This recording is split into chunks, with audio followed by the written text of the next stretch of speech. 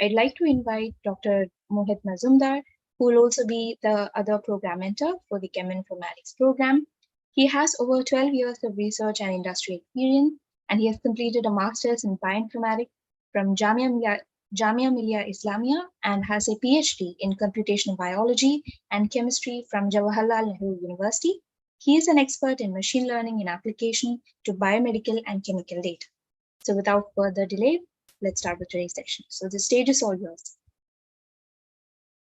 Thank you, Shri Gauri, and thank you so much, Dr. Puneet, for giving us that clarity about how the training program would be and why we should be all excited about it, because it's a time where technology is evolving at a rapid pace, and at the same time we are finding new things, new details, and doing discoveries. So it's a great time to learn this and start applying, because the opportunities are like that only, where the industry is providing the right kind of opportunity if you have the right kind of skills and experience. So thank you again for joining today's session, and I'm really excited here today to meet with you all who are interested in utilizing modern data analysis tools, learning and exploring the 2D, two-dimensional, as well as the three-dimensional space to find the answers to the problems of drug discovery. So we have been discussing in the session that how this training program would be.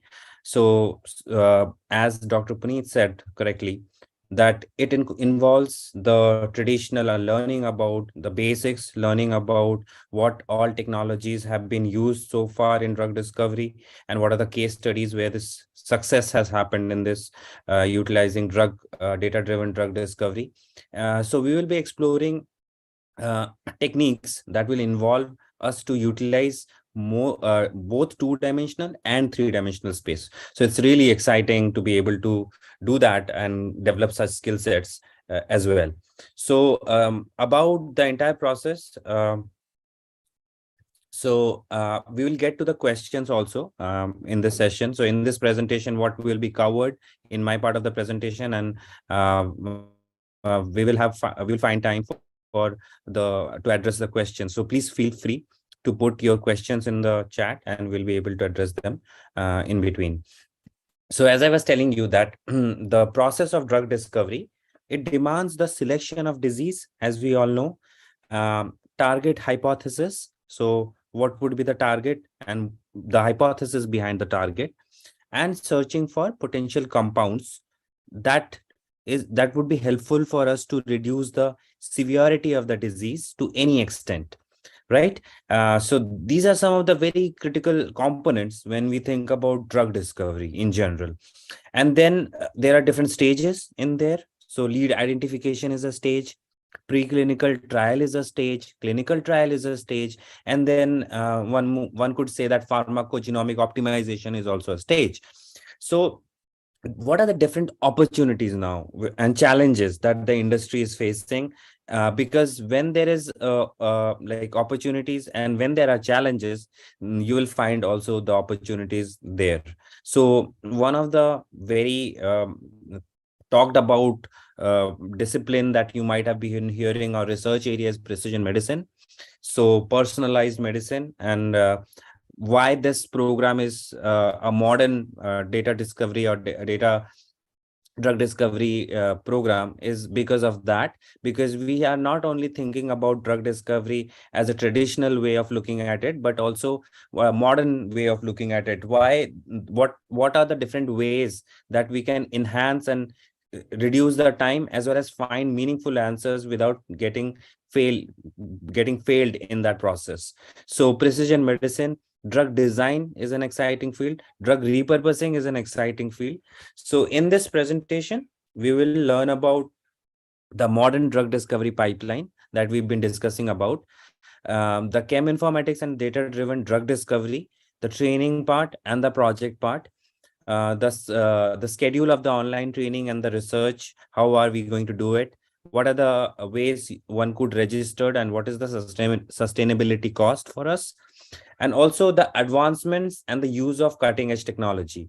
So from machine learning, deep learning, to utilizing other known data-driven technologies. All those options are there. It would be based on the progress, how you progress and how you interact with us and learn through this entire process. So a little bit of introduction. So the drug discovery program that we have started, which is the Cheminformatics for biomedical drug discovery, and this is the current version. We started this program into 2020, where we collaborated with the pharma industry, and one of the key associate partner of us to be able to do this is the Faba Academy. So Faba Academy, along with their mentors, we designed and we first partnered, and then we designed topics and curriculums and learning modules that will be more relevant for the students, because it's driven from the industry, experts from the industry, leaders from the industry. So the first course that we did in 2020 included advisors from different companies who have a rich background working with big pharma and biotechnology companies, and now our co-founders and founders are working in this space. And you have already met Dr. Puneet, and you will also find video presentations by Dr. Ajit Kamath, Dr. Uday Saxena. And if we get an opportunity, if you start working on your own project, then we will have a discussion, and we will have them as also help you in this entire learning and research training program that we are just inviting all you to join. So that's about the conceptualization and how all of this has started. It started with an industry aspect, and it focuses on the gaps that are not being filled in the education or other trainings that are available. So a little bit about the modern biomedical drug discovery pipeline and how things have changed. So people who are learning drug discovery, they know about docking, they have heard about simulations, molecular modeling, AlphaFold and all, but these are tools. So before the tool, I think it's very much important to understand that why we are doing this, how we are doing this is something that will come next, but why we are doing this and what all we can do is very important to know. So that's why this OmicsLogic training program is a great opportunity, because you get to know not only from the drug discovery aspects, but from a genetic or a more detailed, from a more detailed data that will tell you that why there is a gene, why there's a mutation, and why what is the effect of that mutation. It will help you to find new targets. So genomics and biomedical data sets, they help us identify, for example, biomarkers. Now there is a company called DNA Nexus that focuses only on this, like genomic and biomedical data sets they use, and they identify biomarkers, and they focus on drug discovery. So another important rich area to find information to start your work or to find something new is through the scientific literature. So scientific articles to identify target ID. There are large number of companies, and they just focuses on this, that identifying articles and the conference presentations, and from the value that the academicians are generating, and to find the identify drug targets that are relevant for the industry. So several companies work on that, even in India. Another aspect, so tumor sample data to identify prognostic biomarkers. So this is predictive oncology, huge application in oncology, as for the known reasons, very complex disease and very less recovery. So a lot of opportunities are there in terms of digging the data, finding the right kind of target, and then targeting molecules for that kind of target. Medical literature and symptom drug data for drug repurposing. So we've been talking about drug repurposing also. So the drugs that are been already approved, if they are working for other indications, how do we know that? What is the method? So there are companies like Helix who are focused just on that. Cellular fluorescent imaging data for richer in vitro pharmacology. So there is a company called Recursion that works on that. Protein structural data to identify peptide binders. So there's a company called Maintain.ai that focuses on that. So protein structural data and compound binding for small molecules hit generation. Atomwise is a company that works on that. So as I'm telling you that like different disciplines, even a micro discipline within a discipline is enough for a company to work on that, finding different types of ways to assist the drug discovery process. So the opportunities are so much in this space. One would need a understanding of how to work with the data, how to analyze and find meaningful way to analyze the data. So we've been discussing about the application of modern biomedical drug discovery, for example, in personalized medicine. So personalized or precision medicine initiating from clinical and like for example from clinical data, from molecular pharmacological data. So it introduces a new era in healthcare, and it aims to identify and predict the optimal treatment for a patient or for a cohort. So this is also like earlier called evidence-based medicine. So evidence-based medicine integrates information which is what you see in vivo, and which is what you see in the observational studies, which is what you see in clinical trials, up to the meta-analysis for the clinical consideration. So this is to understand the population also like the average of the population. And there are many companies who are intensively working on this to understand the pharmacological aspects and different aspects that could help them in novel drug discovery, drug delivery systems, and also drug repurposing. So this research will allow us, like will allow you to utilize both experimental or clinical data. So you have that understanding that how things are working in real world, and then design a project. So many of us come from an academic background, and many of those projects are not translational in aspect. So one of the things that we are trying to do here in at OmicsLogic is to work on translational problems. So that's also an opportunity. Now, application like understanding, for example, this is just to elaborate on that understanding that how, for example, transcriptomics. So transcriptomics is to understand the transcriptome, which is the gene expression patterns. And how do we find out things? It's very simple. Like when you compare, so understanding the consequences of an individual transcriptomics variation. A individual means a patient, which differs from any other patient. So understanding an individual's transcriptomics variation is kind of fundamental today to decipher the human biology and disease, because this data is something that you need to look at to understand and like gain all the insights that you might require. So gene expression patterns in association with clinical data can help identify molecular biomarkers for diagnostics and for therapy selections. So new discoveries include a better understanding of these complex diseases at a subcellular level, as well as target identification for novel drug targeting or drug designing or repurposing. So this multi-omics approach is the modern drug discovery that uses, from sequence to structure, from omics insights to understand the cellular interplay, protein complex interaction, understanding the entire,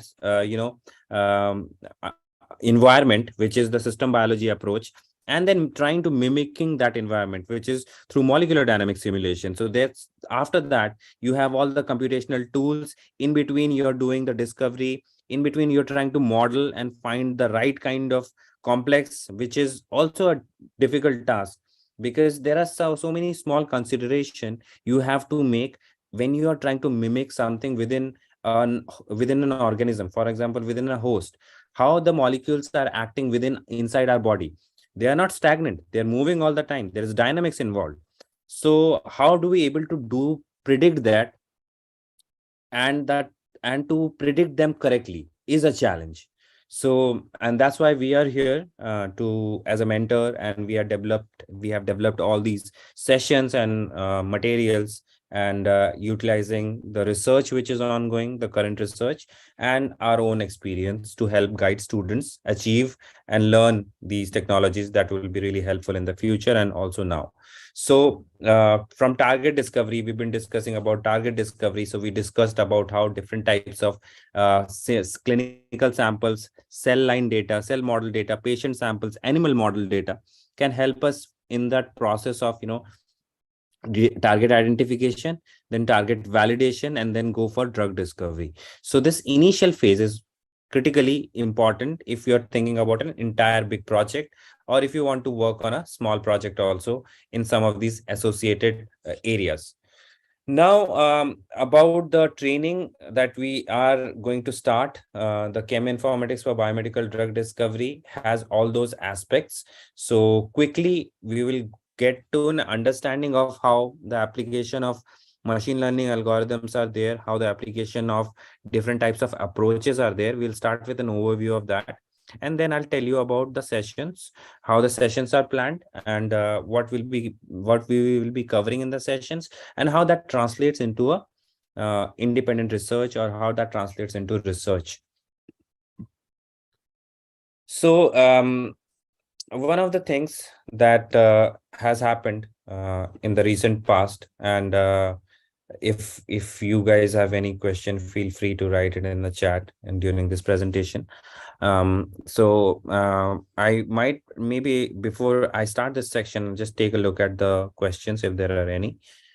So Dara, how can one incorporate cheminformatics, a dry lab process, with animal study, a wet lab?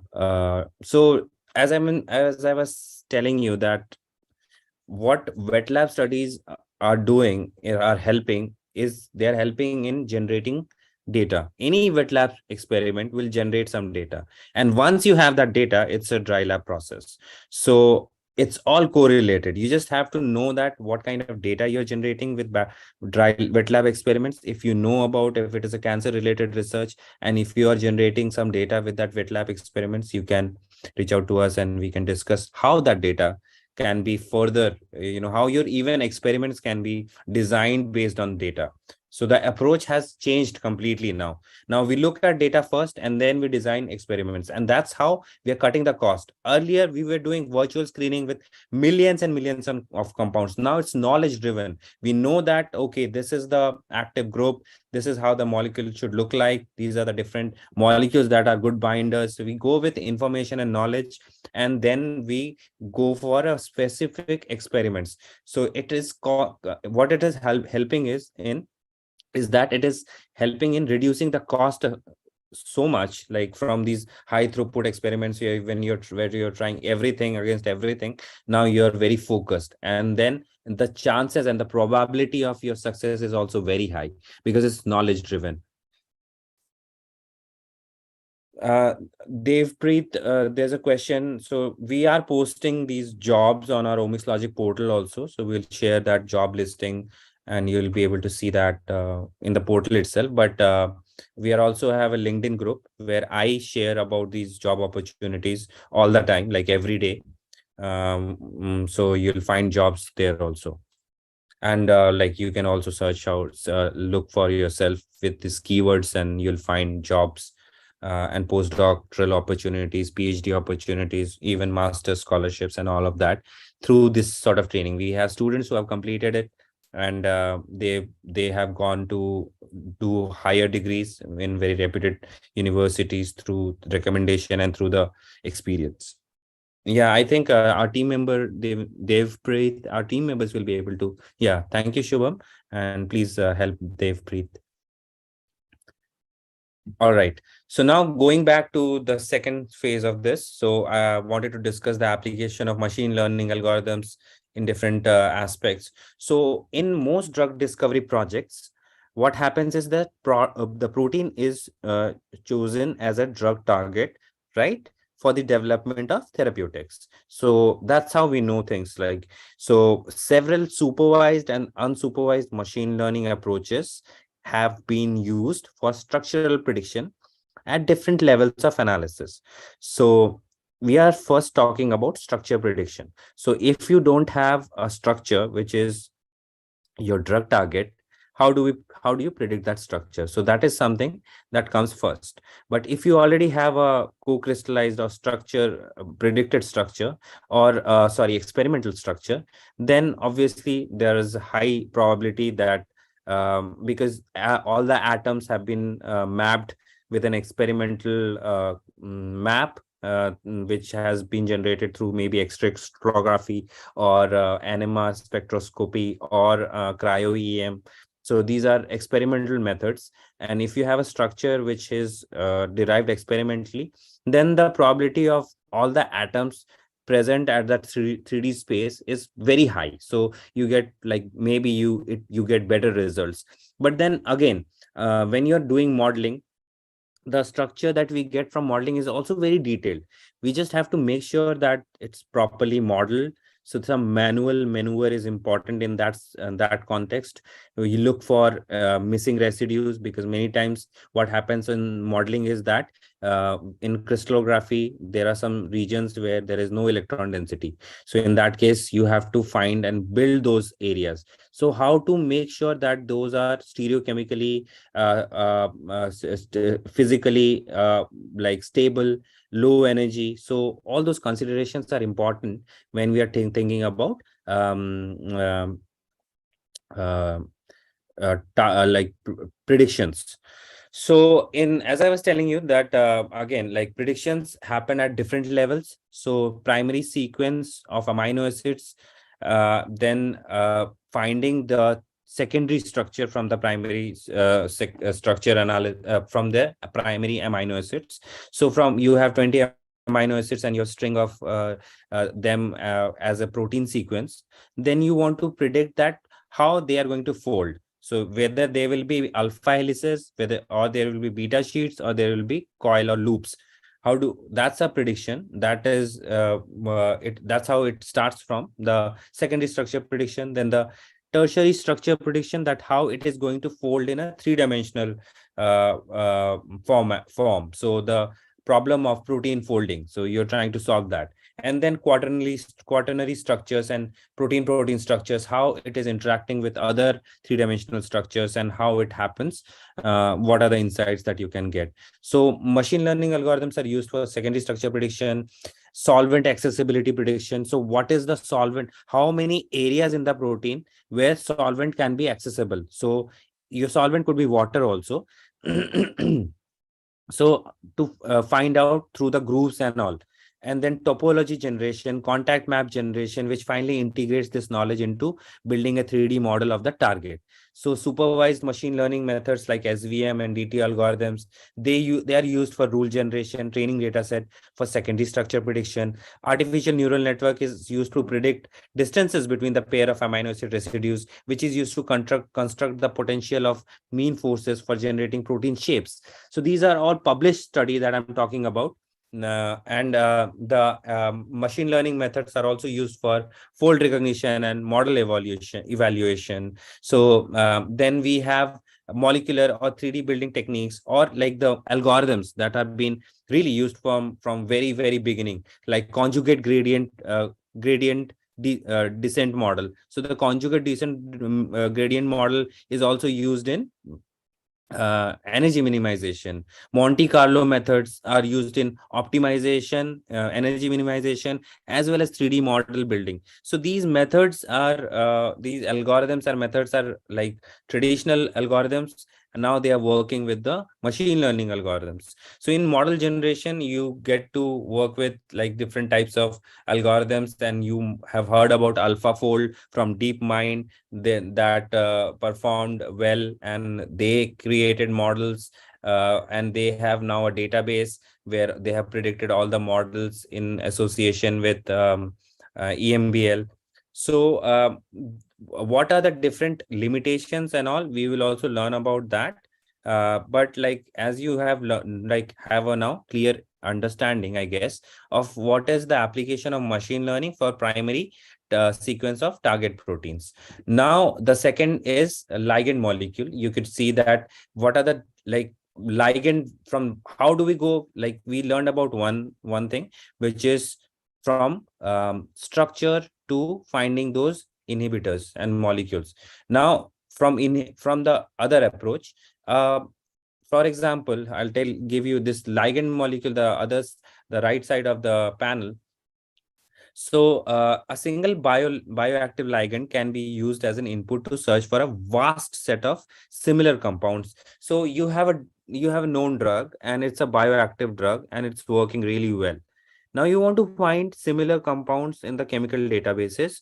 So machine learning approaches such as kernel discrimination and naive Bayesian classifier methods are used for such virtual screening by analyzing the property of the bioactive part. So similarly, compounds are searched, scored, and screened based on the distance-based similarity, functional group matching with the bioactive input bioactive compound, and then the distance-based approach as well. So this includes, like, chemical fingerprinting, functional group like shape, pharmacophore, and all of that. So this is an overview of all the things that are happening and advancements and integration of the methods that have been used, such as for ligand-based searching. Now we will learn a little bit about the other two ways, which is like de novo design of molecules with desired properties. So this is also a very hot topic, and it's being used by some of the AI-based companies, such as in silico medicine, to generate molecules of desired properties. So computational approaches can be used to generate chemical molecules as well, with desired physiochemical and biological properties. So supervised machine learning algorithms are used for training the model to generate chemically feasible smiley strings. So smiley is a format to generate or to write chemical structures, and also for accessing the biological property of the compound. So there's a deep learning method called reinforcement learning for structural evaluation, which is a reinforcement learning based method. And also there are graph theories which are used for all of this. So this was a brief overview of the advancement that one could use. But for those who are starting and those who are beginners, obviously we will not go to the advanced steps just like that. So in this training program, we will cover from a very basic, like we are very beginner level, where I have started understanding what are the basic things and how to understand and relate from this basic understanding to different stages, like from basic to 2D space to 3D space, and then machine learning, deep learning, molecular dynamics, all of that. So it's an exciting journey. It's and very visual, because we will be doing hands-on throughout the training program, because it's mostly hands-on and very less theoretical in aspect, because theory you can always read and learn from research publications and Google.